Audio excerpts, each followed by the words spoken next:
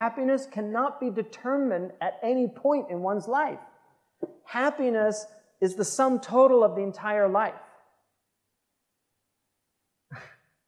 To be sa'id or to be shaqi is not determined at any one point in your life. And this is why the Western pursuit of happiness is a psychological state. And this is why they will use antidepressants to get that state. Because they want to be happy psychologically, not realizing that happiness is a spiritual state, not a psychological state. It's a spiritual state of being, according to Aristotle, of being virtuous. In our tradition, of being amongst the people of Sa'ada, which are the Su'ada, are the people, Taha, ma anzalna alayka al-Quran litashqa. We didn't send this book for you to be miserable. Mafhum and mukhalafa, anzalnahu litas'ad. We sent it for you to be happy. فَبِذَلِكَ فَلْيَفْرَحُوا هُوَ خَيْرٌ مِمَّا يَجْمَعُونَ. Let them rejoice in the book and the sunnah. It's better than what they're gathering from dunya that they're trying to make them happy. Because every pursuit in life is a pursuit for happiness. If you ask somebody, what do you want in life? They say, I want money. Money is not an end. Because you'll say, why do you want money? And they'll say, well, because it'll give me freedom. Why do you want freedom? You can keep asking them that. In the end, they have to come to the conclusion what they really want is to be happy. And that's why happiness is an end in itself. It's not a means to another thing. I'm not happy to fall in love. I fall in love to be happy. I'm not pursuing wealth merely to the pursuit of what, unless it's pathological. Because you can have, like, there are people that are pathological. They're diseased people. They have pathologies, like the miser who collects wealth. He doesn't benefit from it. He's actually poor. Because wealth is what you use. It's not what you have. Your rizq, there's a khilaf amongst the ulama, but the rizq really is what you use, not what you have. Because you might be acquiring it for somebody else, and you don't even know it. So happiness is what we want, but you are going to have difficulties in your life. And that's why you have to be spiritually fortified for them. This is the nature of life. This is a daru ham.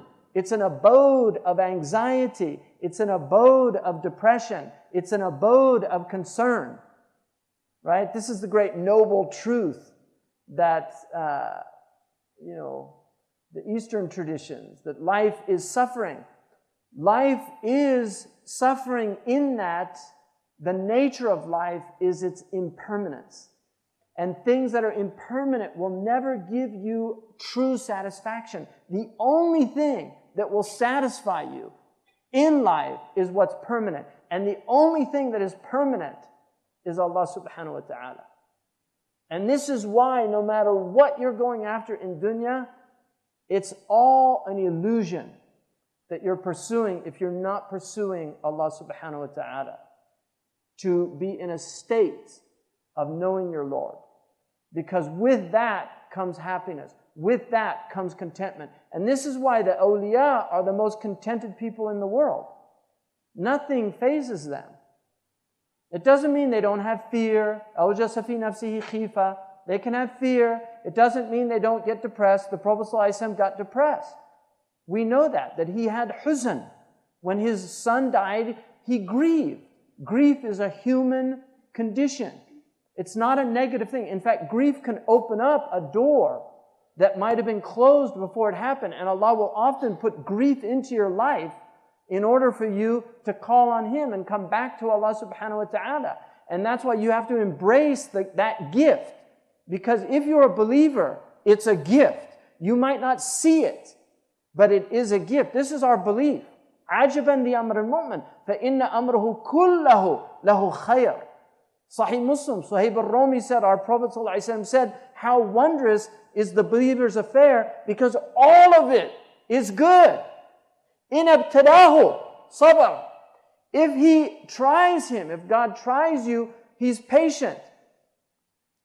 And if he gives you, he's grateful. Now, there are those who will see the gift in the tribulation, and then that's the highest maqam. قَلِيلٌ مِّنْ عِبَادِيَ الشَّكُورِ. Few of my servants are always grateful. Shakur is always grateful. Right? And what does Iblis want? He wants to make sure that we're not grateful. That's his whole game, is to remove gratitude from your heart. So either you have patience or you have gratitude. But to be in any other state is to be in a dangerous state. And shaitan wants you, he says you will find most of them aren't grateful. That's what he wants, ingratitude. Why? Because he's an ingrate. Kufr means ingratitude. Kufran al-ni'mah. Iblis is an ingrate. And this is why I see Muslims now, they complain all the time. They complain about their hukam. They complain about their social conditions, their economic conditions. It's all complaining. That's all Muslims do. We are the best complainers on the planet. And the thing about complaining, Allah will just give you more to complain about. You want something to really complain about? And then people say, wow, that we thought it was bad then. Look at it now. Right? That's what the Prophet said, the end of time, the fitan turafiqu ba'duha ba'da. Kullu ma nazalat fitna, yaqul mahlakati, mahlakati. I'm finished. And then the next one that comes, it's easier than the first. And this is why, if you're not grateful, لَإِن شَكَرْتُمْ لَأَزِيدَنَّكُمْ. Right? If you're grateful, I'll increase you. But if you're an ingrate, عَذَابِ الشَّدِيد. My adab is fierce. If you want to be ungrateful, I'll give you plenty to be ungrateful about. And that's why gratitude is the best state to be in. The best state to be in is to be in a state of just thanking Allah subhanahu wa ta'ala. If you're in aman, thank God you're not in chaos. If you're in chaos, right, thank God you have iman. At least you have some frame to understand it. Because there's people in chaos that lose their faith. Right? And the idea of losing faith, I mean, may Allah not try any of us with great tribulations, but the whole point of faith, and the new atheists, their argument is that faith is unreasoned belief. For us, it's not. It's reasonable. Our religion is a religion, the Quran is filled with proofs. Look at the dead earth, how we brought it to life. Don't you think we can do that to you? Use your brain. Do you think this all came out of nothing? Do you think you were created for no reason? Right? أَيَحْسُبُ الْإِنسَانَ أَنْ يُتْرَكَ سُدًى? Does he think he's just going to be left without any reckoning? That he can go and do all this horrible stuff in the world? To oppress people, steal their wealth, rape their children, right? Do all these terrible things, and what? Nothing's going to happen to them?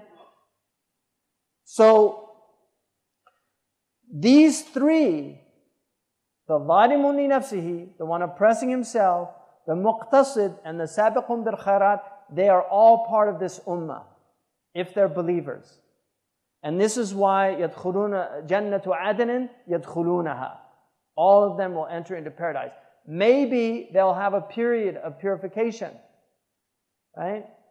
They might have to go through some type of pasteurization, the flash heating, and to remove all the impurities. That's possible. Qali ibn Abbas wa ibn Mas'ud, two of the greatest of the interpreters of our religion from amongst the Sahaba. Al-asnafu al-thalathatu kulluha fi hadhihi al-ummah al-Muhammadiyyati wa kulluhum fil jannah. All of them are part of the Prophet's ummah, and all of them are in paradise. And that's why don't belittle people. If you see a mubtala, if you see a Muslim who's in tribulation, if he's smoking, drinking, if he still has La ilaha illallah Muhammad Rasulullah, he's from the ummah. And he has hurma.